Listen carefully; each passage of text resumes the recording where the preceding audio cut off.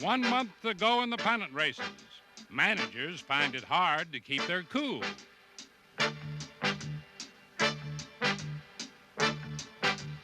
The Yankees come into the stretch running full tilt. The Royals set the pace in a 4-team battle for first place.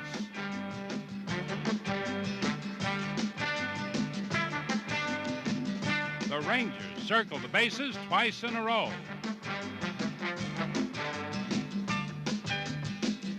The Reds keep running with all they've got.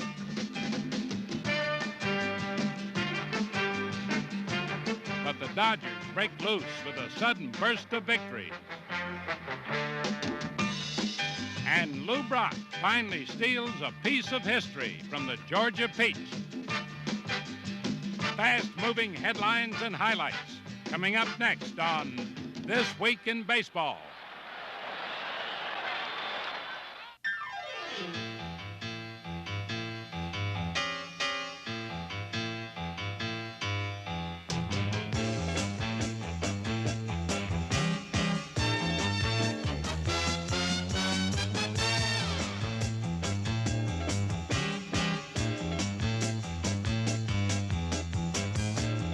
September pressure, day in, day out. Who'll be in, who'll be out in those wild American League divisional races.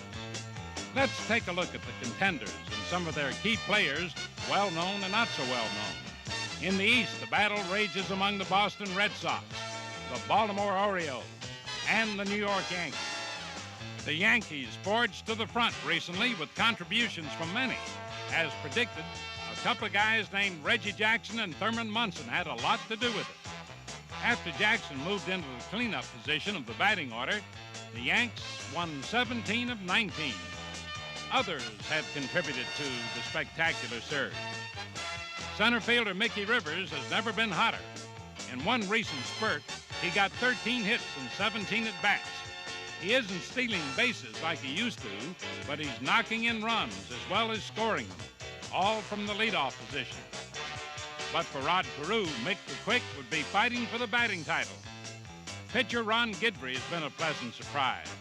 Several months ago, the flame-throwing youngster was virtually unknown, but now leads Yankee starters in strikeouts, shutouts, and earned run average. But above all of the Yankees, Greg Nettles has been the most productive. The brilliant fielding third baseman leads the club in homers, RBIs, and runs scored. Forget that low batting average because Mr. Nettles is a run producer. If he keeps it up in September, the Yankees could be mighty hard to catch.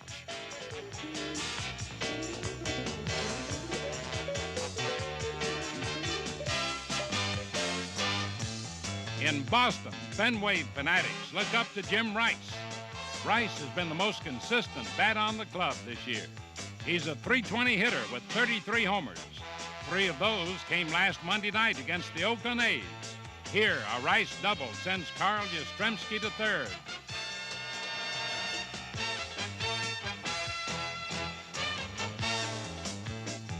Add George Scott and his 31 homers, and the Sox have the top 1-2 power combination in the league, and there it goes. Boston leadoff batter Rick Burleson sets the table for all those big guns with base hits like this.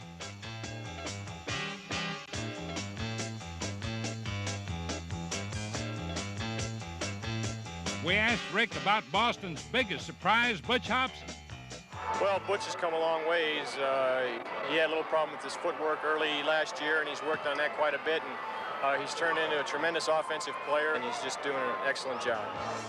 Boston fans certainly agree, Rick. Hobson has taken the league by storm. The young third baseman is fast becoming one of the best sluggers in the game. He's hit 26 homers, surprisingly leads all Beantown Belters and runs batted in. With time running out, the pressure grows on Hobson and the Red Sox to bring home the run.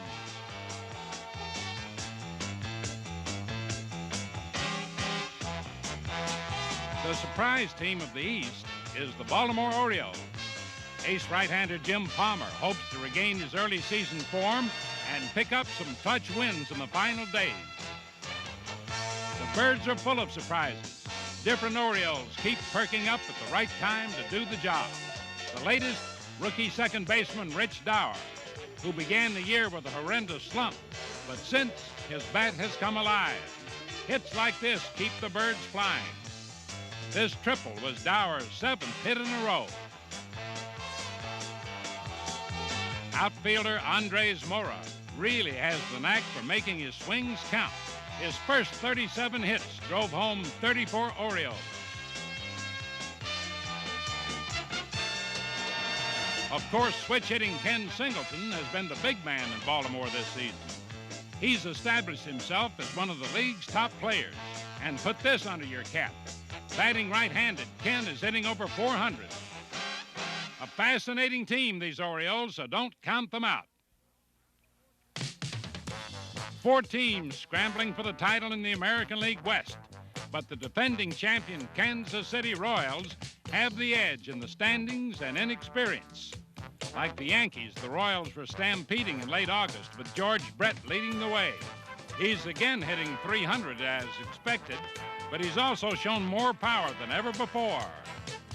Yes, Kansas City doesn't fret about a fella named George Brett.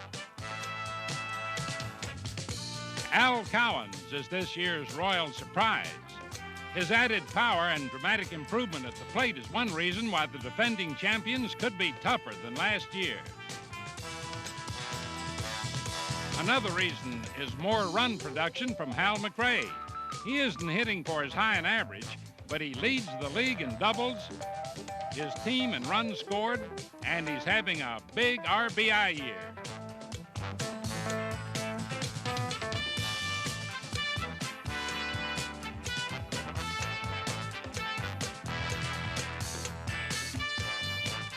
Although thought of as a designated hitter, just watch, McRae can play some mighty good outfield. Just watch this play. He's out. No question, the Royals are the team to beat in the West.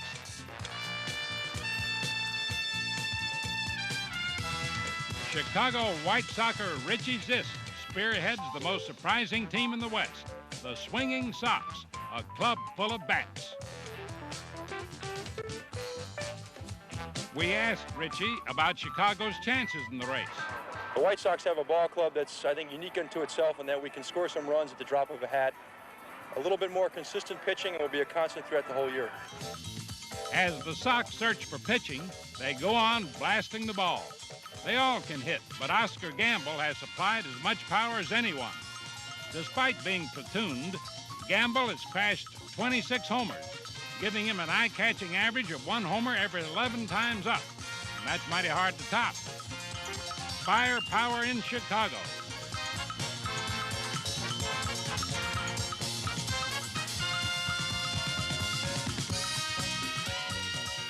Every contender needs a bullpen ace, and Laron LeGros is Chicago's. LeGros is one of Bill Beck's bargain pickups, and he's proven to be the right man at the right time. He's saved 20 games and must continue to stop those late-inning rallies in order for the Sox to win the tough ones in September.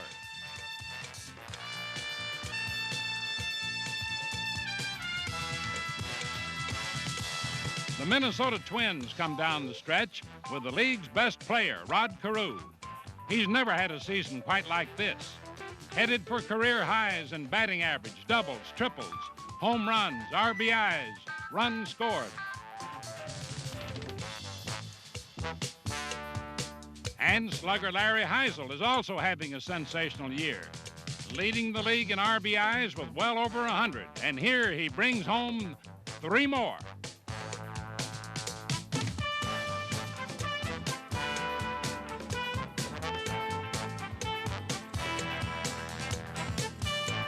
The biggest Minnesota surprise has been pitcher Tom Johnson, who's filled the bullpen vacuum left by Bill Campbell.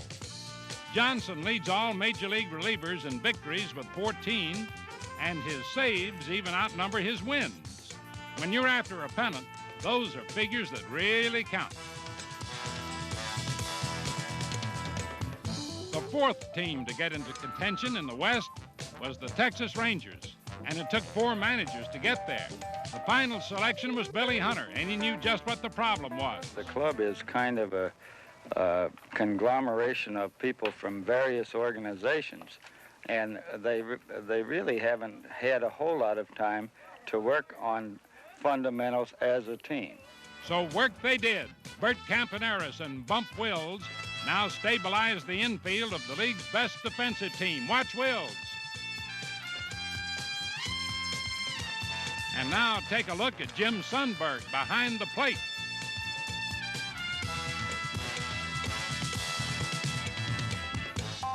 Toby Harrah leads the Rangers in the power departments.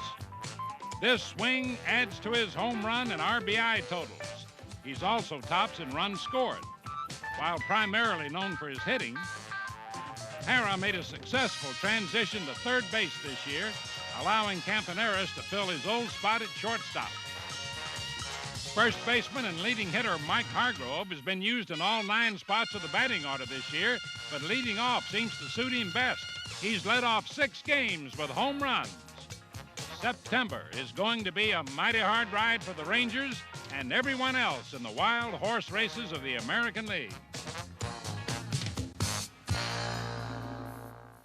Here's a game for the fans. It's fantastic. Watch. Mike Schmidt slams one to left, and it's gone downtown. And that homer opened a thriller between the Philadelphia Phils and the Cincinnati Reds. The Big Red Machine is still trying to get in gear in the Western race. And Joe Morgan's the man to shift the gears and bear down in the clutch. It's gone, and the game is tied. The Reds won the first game of the series, but knew they needed a sweep to stay alive. The Phils forged ahead 3-2, so Morgan decided to ignite the machine again. He takes off for second. It's a bad throw. Morgan gets up and keeps going. On his way to third, and he makes it easy. Ken Griffey's the batter, but Morgan can still rattle. Just watch. A wild pitch. And Joe eases home with a tying run. Both teams scored to tie it again. Now it's the top of the 9th. 2 Phillies in scoring position. Richie Hebner, the batter. This drive looks deep enough for a sacrifice fly. The throw to third is a little bit late. A run scores to give the Phils a 5-4 lead. Now it's the bottom of the 9th with the Reds down by a run. Ken Griffey leads off.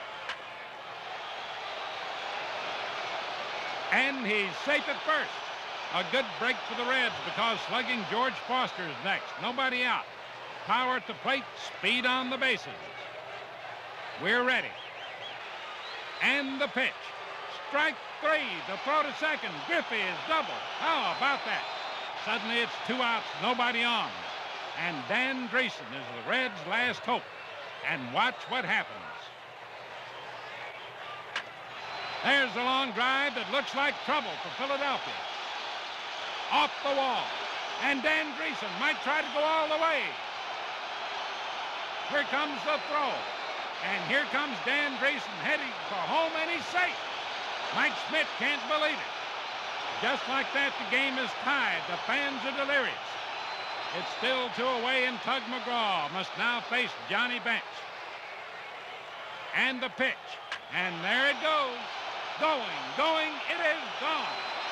1 inside the park, 1 outside the park, and Cincinnati wins a big one. The Reds went on to sweep the series, making the race tighter for the first-place Phils in the East and keeping themselves alive in their desperate pursuit of the Los Angeles Dodgers in the West. And speaking of the Dodgers, manager Tom Lasorda and his boys can rest a little easier now because they got back on the winning track this week. Don Sutton and his teammates kept the St. Louis Cardinals and Lou Brock grounded. Davey Lopes charges the ball and gets Brock at first. Lou had trouble getting on base against the Dodgers the regular way, so this time he thinks about using his speed as he tries a bunt. Now watch Steve Garvey at first base. Ah, what a play! Although Garvey's glove work around first base was near perfect, Steve had been mired in the worst batting slump of his career.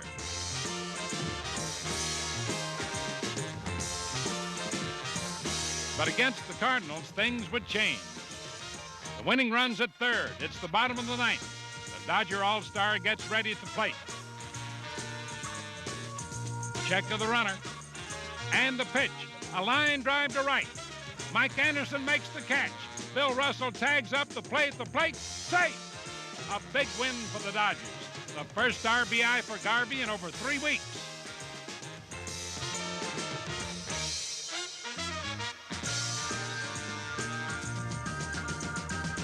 Later in the series, Garvey really broke out of his slump and broke the Cardinals' back. In one game, he crashed 3 doubles and 2 homers, won a grand slam. His 5 hits drove in 5 runs, and he also scored 5 runs. 5 for 5 for 5. So give him 5, Steve.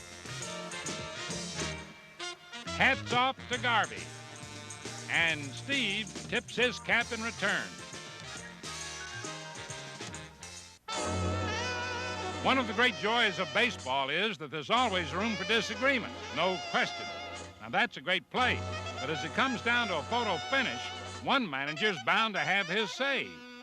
And so this week we salute all those angry managers as we watch them at their major league best, head to head with the umpires.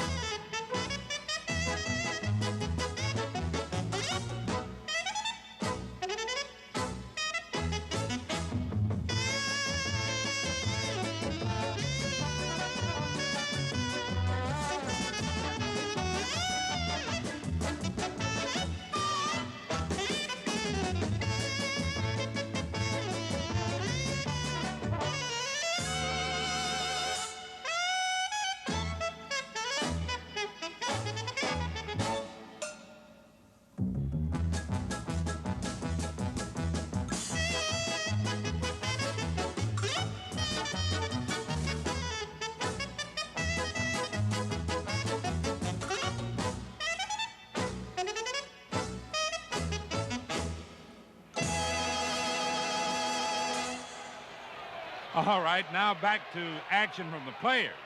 The Texas Rangers tied a record this week that was rather strange. Toby Harrah lifts a long fly ball toward the seats in right. Lou Piniella goes back, leaps, can't hold it as he hits the wall, lays stunned on the ground. 1 run scores, while Harrah scores 2 for an inside-the-park homer. That's unusual, but watch this. Bump Wills on the very next pitch, tags one to deep center. And now it's Mickey Rivers chasing the ball. He gets a glove on it, but doesn't get the ball. And Wills flies nonstop. The relay comes in, but Wills races right on. The Rangers get back-to-back inside-the-park homers. Only the second time that's ever happened. And now to something that's never happened before.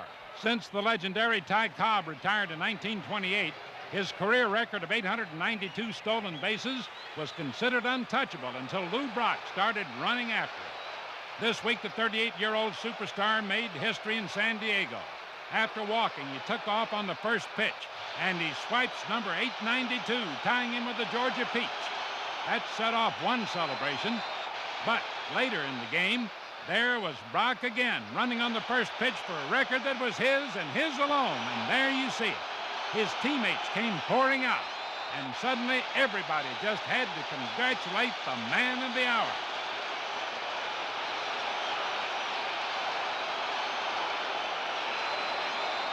The crowd went wild, and the game was temporarily halted. The Padres' Randy Jones awarded Brock his historic base. And then Lou spoke to the fans. It has not been an easy thing, but the moment is here. And all I can say, looking back on it, Randy, I did it my way. Great going, Lou. You're the recipient of the Gillette Special, the greatest base stealer of all time. And thanks for making that time our time.